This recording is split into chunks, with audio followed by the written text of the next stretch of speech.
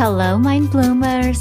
This is Mind Bloom, the safe space at the intersection of mental health advocacy and breast cancer awareness.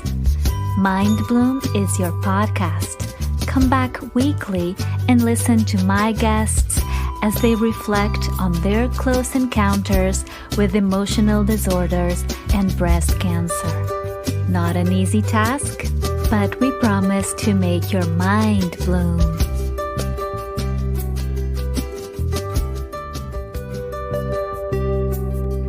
Hello, Mind Bloomers. This is Marina Gee, your host, and this is Mind Bloom.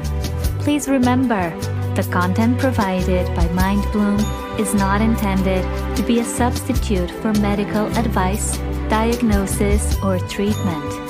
Never disregard professional medical advice or delay seeking medical treatment because of any content referenced or authored by Mind Bloom You.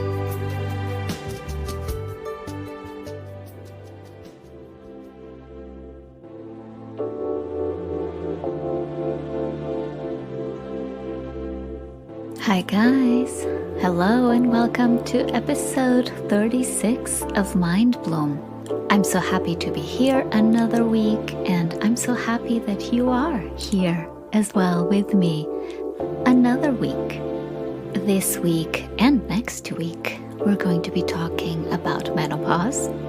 So please guys, don't disappear, rather stick around, because this impacts your wives, your mothers, your daughters, your neighbors and co-workers. So stick around.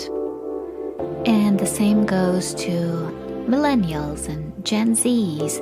Don't go anywhere. If you're a healthy woman, in a few decades, you will too be going through menopause and you will want some answers. Perhaps you underwent surgery. Perhaps you underwent treatment and your body has been medically induced to be in a post-menopausal state. So stick around. Your questions are my questions, and I had so many. So I'm sure you'll learn some and be eager to share the information. But before we talk about menopause and my guest this week, I want to share with you that I have my @MindBloomU Instagram account back. That's right, I am so beyond exhilarated and happy and relieved and on cloud 9. I will spare you the details of how I got my Instagram account back, but just know that you can reach out, send me an email or an Instagram DM, a message through Twitter or Facebook, and I will let you know how I got my account back. Basically, it was a whole long 5 weeks without my Mind Bloom You. And even though I tried to think of other things, and it was Christmas and then New Year's, and good things were happening, not so good things were happening too, but in general, I was just trying to go through life like everybody else. But deep, deep, deep inside of my little heart, there was this hurt and this nostalgia and this wanting to get what I really call my journal of the last 6 months back. If I were to scroll all the way down to post number 1, it would be, I don't even know what it is anymore, but it's certainly a very rudimentary, very pedestrian post on, the start of Mind Bloom and hello world, hi, here I am. And then, 1 month in and 3 months in, and then the celebration of the 6 months. And by the way, the disabling of the account by Instagram happened on the week I was celebrating 6 months of Mind Bloom. So that was even more painful. But I just want to say that due to my perseverance, my daily motivation to keep going, to keep harassing people at Instagram and Facebook, and keep sending appeals to get my account back, I finally got it. I never got an email from anyone saying, this is back, sorry for the inconvenience we may have caused you. Nothing. It was just back one day. So I'll take it. I'm very happy. I am strategizing differently this time around. Over the last 5 weeks, I thought a bit about my Instagram and how it was going. And I think I got too comfortable in my following and in the design and the color scheme of my grid. And I wasn't really pushing myself and exploring other options. So this time around, and I am so grateful to have a second chance at my account, at having my account back. I now feel stronger and I'm exploring with no shame, no regrets, and a lot of clumsiness. But I'm exploring Reels and IGTV more. And I'm also on another platform, not necessarily Instagram, but I'm also playing a little bit with TikTok. So this year, 2021, will be the year of the camera ready and the camera not so ready. And just in some, the possibility of sharing my message and what I want to tell you, my listener, via these new means. The little 15-second or 60-second on TikTok videos of myself doing silly things, or Bianca napping, or just what my a little vlogging, just what my normal day at the office looks like, what is my exercise routine or lack thereof, what am I eating, what am I cooking, just silly things really. And I resisted, I said from the get-go, no, TikTok, Instagram Reels, what is even that? I don't get this. And I took the last 2 days, so the weekend, to really delve into it. I watched a lot of YouTube tutorials. I practiced.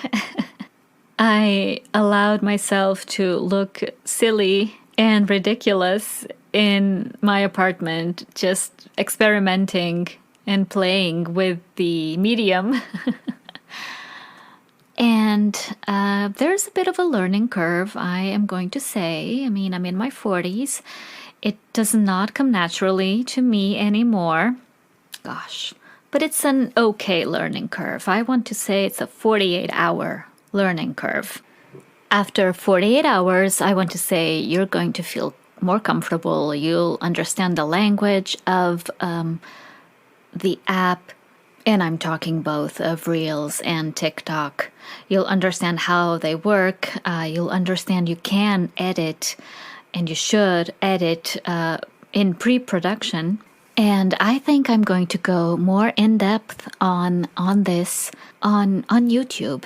I want to start this week shooting some experimental preliminary videos of me talking about social media, what it can do for us, especially female entrepreneurs, what it can do for us who are pivoting careers, or just feeling the need or the desire to dabble in other areas of expertise. And YouTube is crammed with tutorials on anything and everything. But I feel, especially this weekend, as I was looking at these tutorials for TikTok and Instagram, as I'm roaming through these, they're all by 16-year-olds. And not only did that make me feel older, which is something that YouTube should not be allowed to do, to make me feel older, but also it made me think that we are lacking a voice in terms of social media hacking and just tech and app hacking. I don't mean in the hacking sense, just the hacking of life hacks sense, okay? But I felt that we need a voice for people of our age, people who will empathize with your despair at looking at TikTok and having no clue how that even works, or why are people finding videos of people twerking so funny? No, yes, and no, I don't find them funny, and I'm not going to be twerking, and I will not have YouTube videos on how you could, even though you can, if that's your thing.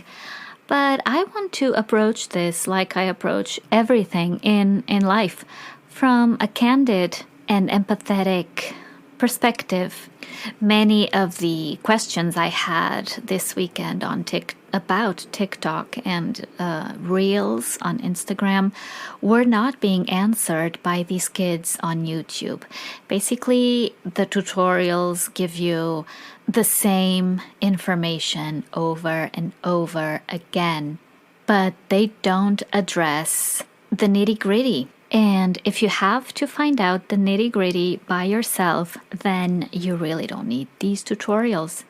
But you may find that a tutorial that comes from a place of not expertise and coaching, but rather from a place of vulnerability. I almost am going Brene Brown here. Then I feel that people will, and especially women in their late 30s, early 40s, early 50s, are going to relate to and feel that I am talking to them.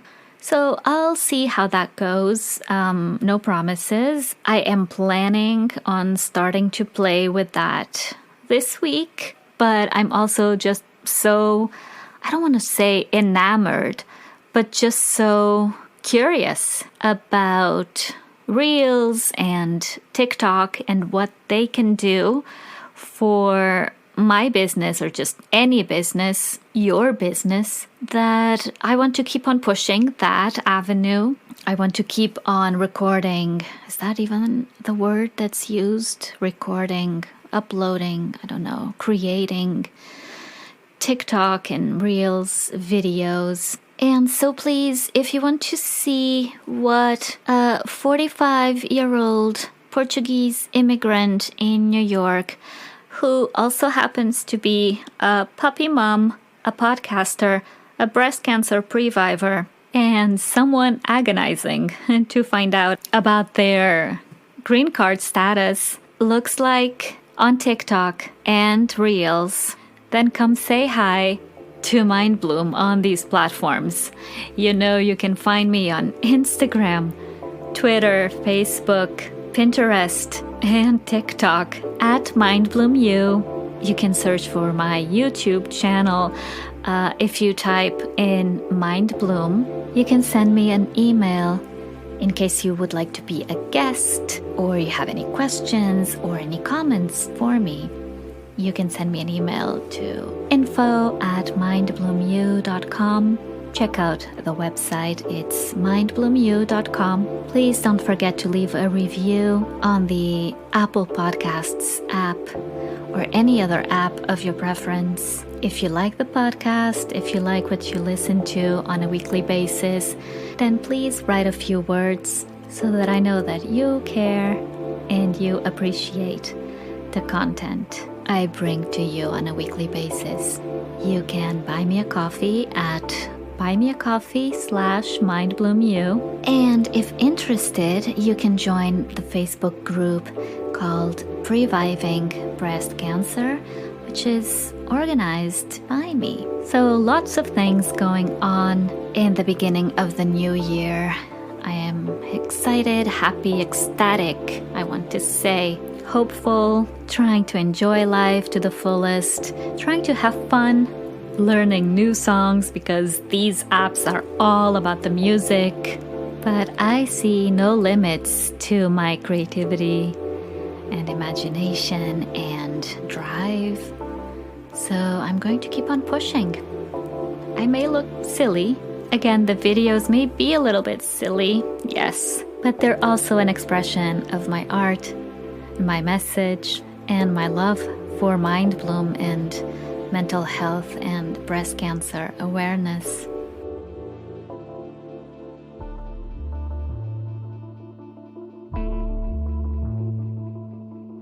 My guest this week is my good friend Helen. She is the host of the network Menopause Cafe, and I call it a network. For lack of a better word, it's a cafe, really. A get-together that started in person and became virtual almost a year ago when everything became virtual. Helen had questions, was looking for answers, and realized that the best way to get these and to spread awareness for mental health in perimenopause and in postmenopause, breaking the stigma around it and sharing valuable information about menopause was the way she found to address her questions. So Menopause Cafe started very informally as a group of people getting together, asking questions and learning. Soon enough, Menopause Cafe started seeing a lot of traction because women, and not only women, but their companions, their daughters, their sisters, started realizing that they were not alone, that they were not the only ones with questions, and that they did not have to go through perimenopause and postmenopause alone. So menopause cafes are now held throughout the world, in Australia, in Europe, in Canada, I believe in the US as well, Latin America. It's a wonderful organization, it's a wonderful initiative, and I am so glad that Helen is here to tell us about it. So stay tuned, it's right after this.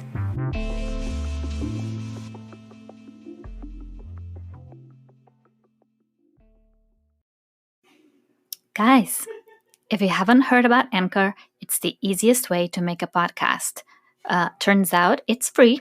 There's creation tools that allow you to record and edit your podcast right from your phone or your computer. It will also distribute your podcast for you so that everyone can listen to it on Spotify and Apple Podcast and many, many more. And guess what? You can make money from your podcast with no minimum listenership. It's everything you need to make a podcast in one place. So go download the free Anchor app or go to Anchor FM to get started.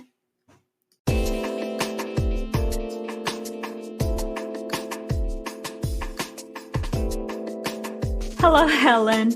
Welcome to Mind Bloom. Hello, thanks ever so much for inviting me. Of course, all the way from Scotland. We were just talking about technology and its miracles. How amazing is this? It is, isn't it? I think, technology has brought us together, and that's just absolutely fantastic. A little bit of coronavirus too. That too. has brought us more together than separate, which, I guess it's one of the silver linings of it all. Helen, I want to start by asking you what makes your mind bloom. So, nature and wildlife. Both of those together, they make my mind bloom, and they also make my heart sing. I'm fortunate enough to live on the edge of the Cairngorms, which means in about 20 minutes, 30 minutes, I can be deep within Glennon Doyle. And about 2 hours from there, I can be at the top of a Munro. I can be sitting amongst the heather moorlands. The grouse are chattering, and it's incredible. I live in an absolutely amazing part of the world, so that makes my mind bloom. Yes, you do. Scotland is. I've never visited, only Ireland. I know it's not the same thing, but still, it's wow. Yeah. It does put things into perspective, yes. Absolutely. The fact that nature continues its cycles despite of job loss or cancer or a coronavirus pandemic, that flowers still bloom and that trees still grow and stags still walk the fields, and it is inspiring. It's unbelievable. It's amazing as well, because I think given that there has been a significant reduction in the movement of people because of the pandemic, I went up the Glen a couple of weeks ago, and it was alive because you could tell they weren't used to people being about. So that the wildlife had moved in, if you like, further from the outskirts into the margins, and just absolutely incredible. All for you to witness. How beautiful. So Helen, tell me more about Menopause Cafe. We met on Twitter. We immediately connected, and there was a spark there. We have so many things in common, this love of nature being one of them, and then just concerns for and goals in our lives to enlighten others in terms of mental health and in terms of talking about the full cycle of life, the full cycle in the life of women as well, if you will. So I'm so curious to know more and to let the people at home know more about what Menopause Cafe is. Menopause Cafe started as a social enterprise back in 2017. And it's the brainchild of Rachel Weisz. So I think it was June 2017, Rachel got together with 3 other people, Andrew Sandwell, Gail Jack, and Lorna Fotheringham. And they ran the world's first ever Menopause Cafe in Blend Coffee Lounge in Perth, Scotland. And the idea came from Rachel watching a documentary with Kirsty Walk, all about the menopause. And it dawned on Rachel that she was the right age for menopause. I think she was 50, 51, and yet she knew nothing about it. And with all other life stages, whether it's puberty or pregnancy, you have an awareness of it, or most women do. And so she thought, well, I need to do something about this. And Rachel had hosted death cafes, and so we use a similar format. And at the Menopause Cafe it's a group-directed discussion. There's no agenda. There are no speakers. And in essence, they're pop-up events whereby anyone, men, women, young and old, can come together to talk about menopause. And so after Rachel held the first one in June 2017, people came forward and asked when the next one was going to be. She started to get inquiries from other parts of the UK and overseas. And it just took off from there. And a year later, we became a charity. And there have now been over 500 individual events. They've been held in Nairobi, Kenya, Copenhagen, Denmark, in Toronto. We hosted one about a fortnight ago, twinning Perth, Scotland, with Perth in Western Australia. So it's just about getting people talking about menopause, so that, I mean, one of our mantras is forewarned is forearmed. It's unfortunate in this day and age, women are still moving into perimenopause and menopause with very little awareness of a lot of the symptoms, which can floor women. Mm-hmm. So, and especially now thinking of Zoom and us not being able to move as we would in the past. I mean, to a certain extent, it opens the doors for Menopause Cafe to be introduced in Perth, Australia, Toronto, etc. I don't know if that was already the format prior, but at the same time, it allows for this pan-universal, whatever you want to call it, exchange of experiences. Absolutely. Yeah. I mean, before COVID, there had been 2 or 3 virtual events, again, using Zoom. Not hugely popular, because I think there's something about having people together in a room. But in the absence of being able to do that, I think the next best thing is going virtual. And with COVID, the beginning of April, we decided to roll them out online. And up until probably about last week, we've been doing 2 a week. And as you say, we've connected with Australia, with America, and it has significantly increased the depth of our penetration, because, I mean, there are no limits on where you can connect with other than having an internet connection. And we had a lady from Kathmandu in Nepal join in a cafe. Wow. So it's been absolutely amazing. How many people would you say join in on average? It depends. We've had 28 to 30. We've had 5. And I think it's not so much about the number. It's simply about the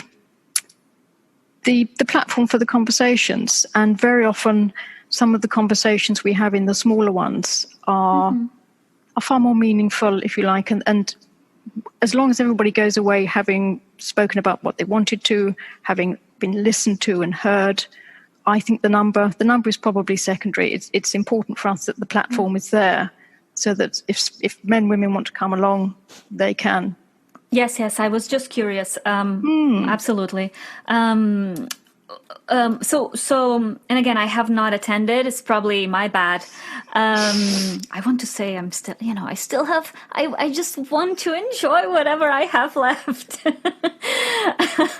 of not being a part of that prestigious club or cafe. We have all ages. All ages come along. It's I mean, I think the youngest has been 18 and the oldest 84. I know. So it's age is not an exclusion or inclusion criteria. No, I know. But so how does it go? Do you ask a question to the audience? Because you said you don't have a guest speaker normally? No, it's just a group directed discussion. So invariably I will start off by perhaps asking what brought them along to the cafe. Gotcha. If perhaps they're slightly reticent about kicking off a conversation, I have various topics that I'm quite happy to introduce. For example, I'm always curious about whether, if we were to rebrand menopause, i.e. the word, would it make it more acceptable? Would it make it more palatable, if you like? Because I think the word menopause is so loaded that some of us can't even, bring ourselves to say it. Whereas I think that the Germans, perhaps, or the Swiss have the term climacteric. And I think that's far more neutral and it's just more approachable. So that'll be something that I might introduce. I may ask whether the attendees have noticed their anxiety levels have been affected by COVID, because anxiety can be part of the experiential milieu of menopause. And that's always quite a good sort of start of a 10, if you like. Absolutely. That is interesting. The name is loaded. It sounds like the end of the road. I mean, it could be called the end of the road and you wouldn't know the difference. I don't know what it is about it. It's just, loaded with negativity. And yet, the women in my family who are or have do you pass menopause, or is that menopause? I mean, well, we refer to it as a transition because menopause itself is just one day. It's the one day after you've not had a menstrual period for 12 months in the absence of hormonal contraception. So after which you're postmenopausal. And it's usually the 7 to 9 years leading up to the menopause, either perimenopause years, where women can find things particularly troublesome. And that's why we refer to it as a transition rather than, and then a chop. No, of course. Oh, see, I didn't know that. No, I'm one of those women who have never been told anything about menopause. I remember seeing my grandma having hot flashes, and she seemed very much uncomfortable and very much in distress. Yeah. I didn't really understand why. I was maybe a teenager, or I don't remember. And I'm like, what? Why? I mean, why is your face all red and flushed up, and what's really going on? And then I think she might have gone on HRTs, and those things stopped. But so from what you just said, and these are all very naive questions, I am going to apologize in advance, and to the audience at home as well. So once you're post-menopause, does it get easier than perimenopause? I mean, theoretically, yes. There's such a thing as a term that's postmenopausal zest. And I think that refers to, in essence, so you're postmenopausal, you're not encumbered by periods anymore. So you've not got, perhaps for some women, the horrendous bleeding and the pain. And I think you do have more time to focus on other things. And speaking from my own experience, I had a surgical menopause at 41, and that was 7 years ago. So I went, if you like, slap bang overnight into menopause. I would say now I am just starting to feel good. Okay. I'm starting to get my energy back. I'm starting to be able to concentrate more, probably because I've got my HRT sorted out. I feel as if I'm on top of my mental health issues, and I'm having more energy. I'm sleeping better. And of course, if you're sleeping, that just makes everything so much more bearable. So yes, I think there is light at the end of the tunnel, and that's invariably what we say to women who come along and they're really struggling. And we hear it all the time. It does get better. There is light at the end of the tunnel. Yep. Okay. So 7 years struggling, that is a long, long time. What was it like? I mean, it was a long time probably because the first 3 years, there was a bit of denial going on. I also have a black belt in avoidance. It never occurred to me, and this may sound ridiculous, it never occurred to me my issues were as a result of menopause. Because for the first 3 years after surgery, I wasn't having hot flashes. I wasn't having night sweats. My mental health deteriorated, but I had always had issues with depression. I'd navigated depression since my mid-teens, and I assumed I was just tired, and I thought the depression was back. I didn't link my mental health issues with surgery because I hadn't made the link. And I was seeing my gynecologist, and it was about 3 years after surgery, and I think I'd had a hot flush the week before I saw my gynae, and it just everything sort of fell into place. And I started HRT, and that was sort of the path out, or the spiral out, if you like, of those really difficult 3 years. And after that, it's been a matter of tweaking the HRT, finding the right method, whether it's a patch or a gel, finding the right dosage, and at the same time tweaking the antidepressants, because for me, I found they both work better together, i.e. HRT and antidepressants. Additively, they work well, and they stabilize my mood, and they get my mood to a place where I can then do things to help myself. Because I think if you really are quite seriously depressed, and I found suicidal ideation was a significant problem for a couple of years, there's no point somebody saying, well, you just need to go for a run, because you can't. You're not in that headspace. So I think HRT, antidepressants, together with exercise and a huge dollop of self-compassion, I think that's absolutely vital.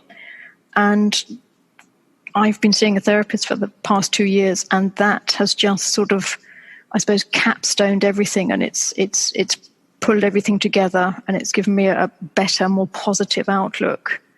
And as I say, with self-compassion and self-care, I think everything is just falling into place.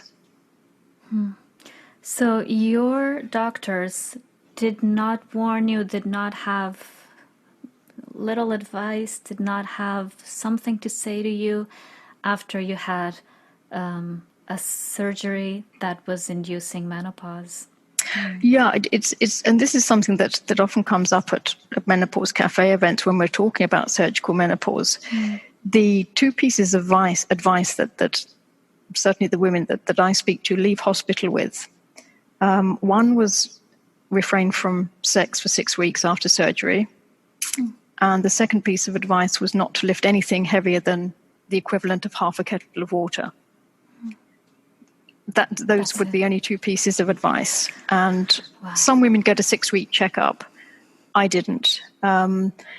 However, what I would say is I think the onus is also on the individual to inform themselves. I'm not for a second going to put the blame on, for example, the surgeon or the gynae, because the onus and responsibility is on me to find out. And given, as I say, I had a black belt in avoidance, I would just ignore things anyway. A lot of women are far more vociferous sooner, and they do get the help sooner because they pursue help sooner rather than just leaving things and, oh no, it'll get better. Maybe that's where the mental health side of things don't really help.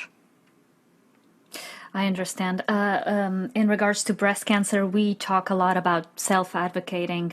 Yep. And becoming as informed as you possibly can, in advance of a double mastectomy or the medication you're supposed to take, radiation, chemo, whatever it is.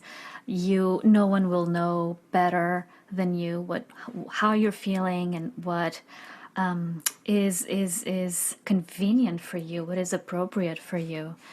And we were talking briefly about my strange relationship with tamoxifen and not having come to that space yet that I'll say yes to it for various reasons, namely its side effects. One of them being medically induced menopause. Therefore, yes, you self-advocate, you try to learn as much as possible, investigate, speaking with others, sharing experiences, because no two bodies are the same, no two minds are the same. Therefore, yeah, it's been community, I would say, as well, and a key word for all of this. Therefore, your cafe, your community, the one you've found. Tell me more about, please, and I've put a pin on your mental health and how you've dealt with it throughout life. I definitely want to go there. I just want to explore a little bit more of Menopause Cafe and ask you about this relationship between mental health, mental illness, I guess, and menopause, and what are people saying. Again, back to my grandmother, I do remember the hot flashes. I never heard anything about anxiety or having trouble sleeping or having any incapacitating thoughts or anything. And I'm pretty sure she must have. I mean, as regards mental health and the the impact of perimenopause and menopause on women's mental health, the emphasis is always on the vasomotor symptoms, so the hot flushes and the night sweats. Certainly we find the women who come along to the cafes, it tends to be the mental health side of the menopausal transition that floors them, whether that's anxiety, paranoia, obviously low mood and depression, and also, as I mentioned before, the suicidal ideation. And I think a lot of women are amazed to find out that it's actually quite common to have issues with mood around menopause. And I mean, in my own case, my mental health difficulties started round about puberty, and whether it was related to hormones, I don't know. It may just have been coincidence, because of course round about puberty you've got other things going on. You have stresses at school and the whole shebang there. So I think for a lot of women also, when they realize they're not going mad as well, because they come along to the events and they have no idea what's going on. They're completely confused. If they're having the hot flushes and night sweats, they can cope with those, I think, to some extent, because they know what they are. But when they start to have the issues with mood and sleep as well, if you're not getting good quality sleep, if that's being disrupted, for example, by the night sweats, I think without really good quality sleep, it affects your ability to function. And if you consider women typically around about the age of menopause, the average age is 51. You're probably at a point in your life, you might be at the peak of your career, so you've probably got workplace stress. You might have children leaving home, so you've got empty nest, possibly aged parents who are having health issues. You've got this, it creates this perfect storm. And you add into that the uncertainty of perhaps you're having flooding, you're having heavy periods, or perhaps they're lighter, and you're having mood swings, rage. That's something that doesn't get spoken about very often. The just rage comes out of nowhere, and the mood swings. And you can just see how it makes a woman's life really quite challenging when she doesn't really know what's going on or how to get a handle on it. So interesting. And I'm thinking of the women in my family and all of this. I mean, it's amazing. The fact that you're not alone, knowing that you're not alone, is probably essential. So once they realize they are not alone, they are not crazy, let's say, they are not experiencing this by themselves because their bodies betray them, it's more common than not. What do they go about doing? How, or I want to ask, does their perspective change? Do they seek out help, say professional help, a psychiatrist, maybe a therapist? And you may not know from, of course, the people who come to your cafes, but what would you see? What would you think is the tendency after people realize this? I think typically they go back to their GPs. That would be the first port of call, to have a conversation there. And whether that's about starting HRT, if that's an option for them or not. And in some instances, perhaps there are certain antidepressants that can be used. A light dose can sort of ease the hot flushes. So it may be that they go down that route. I think, I mean, it's the whole name it to tame it thing, isn't it? I think once you know what you're dealing with, you can have a framework, and there are so many resources out there with information, signposting, whether it's podcasts, whether it's webinars. If you look at the number of books at the moment that are coming out about menopause, I think there's a huge amount of information, and it's probably about sitting down and just trying to find out as much as you possibly can about your symptoms, figure out which ones are the most troublesome, which ones you can get some immediate help with. A lot of women choose not to go down the HRT route. It's perhaps it's just not for them. So they look at lifestyle changes. Definitely exercising, weight-bearing exercise is really important to protect your bones. And, yoga, mindfulness. It's about taking care of ourselves, I think. And I often wonder whether menopause is Mother Nature's way of, it's a wake-up call saying that, you've not looked after yourself. Now is the time that you really need to focus on yourself. So whether that's getting good quality sleep, a lot of us cut out alcohol because we find they make the hot flushes worse, and sleep, that it interferes with sleep. A lot of women cut out sugar, and perhaps also a lot go plant-based. So they really, they cut out meat. It seems to be a really good time to just recalibrate, I think, every aspect of your life, perhaps where you can just make tiny changes. And all those tiny changes just add up to make you feel a little bit better about yourself. And that, I think, the positive, it's a positive cycle, isn't it? A feedback rather than, spiraling downwards.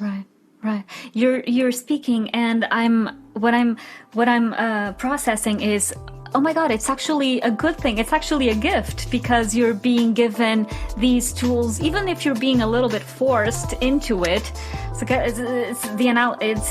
can't escape the analogy with breast cancer or whatever cancer. You are kind of forced and put in this position that you have to assess and analyze what you have so far, and who are the people that really matter around you. What are the tasks in your day? Is your job really fulfilling? And there's a huge amount of life left for us after menopause.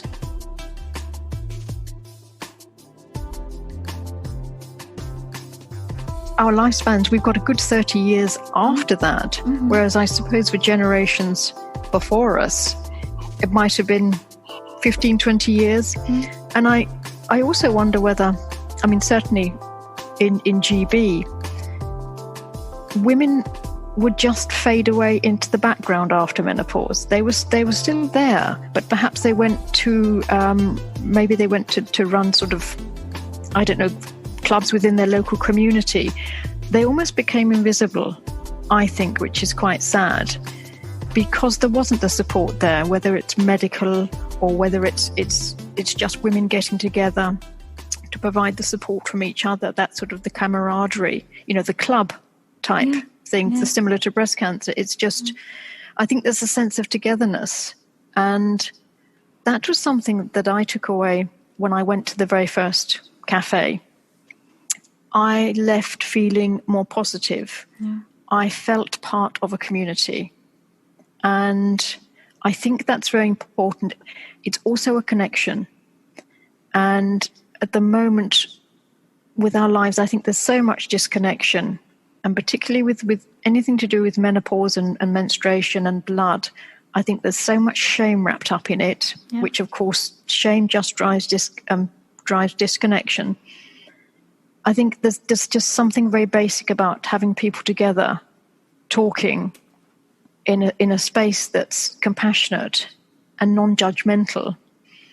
I suppose it's almost similar to a therapy session, isn't it? One takes away a similar.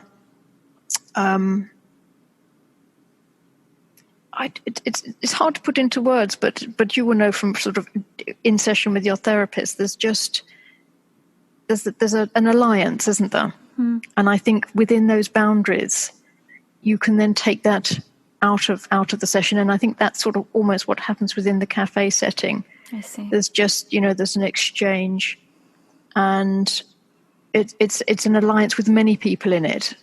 And I think I think it's life affirming to humanity, isn't it? Everybody's in this together. And even if there are men who come along to the cafes, I think they're also there with a spirit of empathy, because they either want to find out more to help somebody in their life. Perhaps it's their wife, perhaps it's their mother. So I think there's a thirst for knowledge there from the men who come along. I want to say, shifting just a little bit, I want to say that, advocacy for menopause and for women who are experiencing all these changes is inevitably linked with feminism and with defense for women's bodies and choices and their lives and decisions.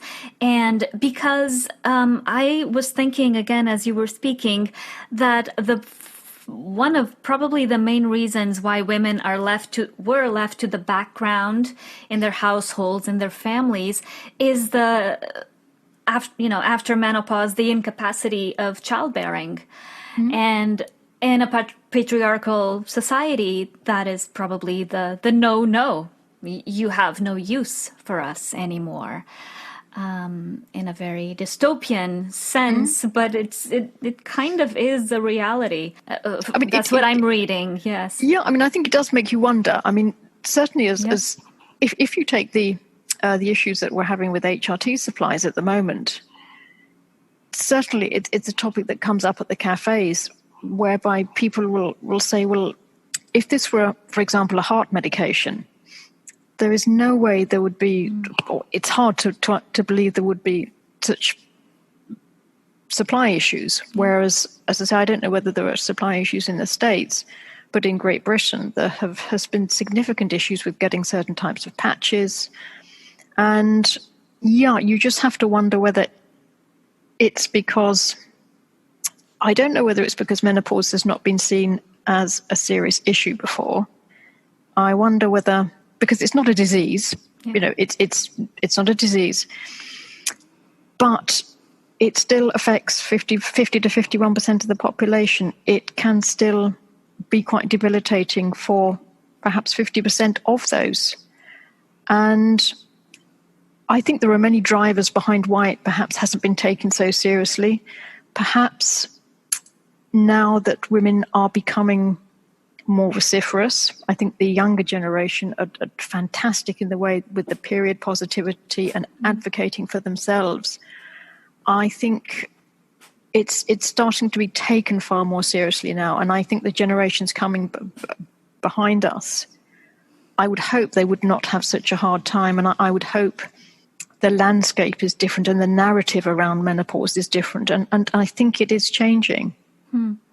It's similar to the shortage we felt here of Zoloft and other antidepressants after the pandemic hit.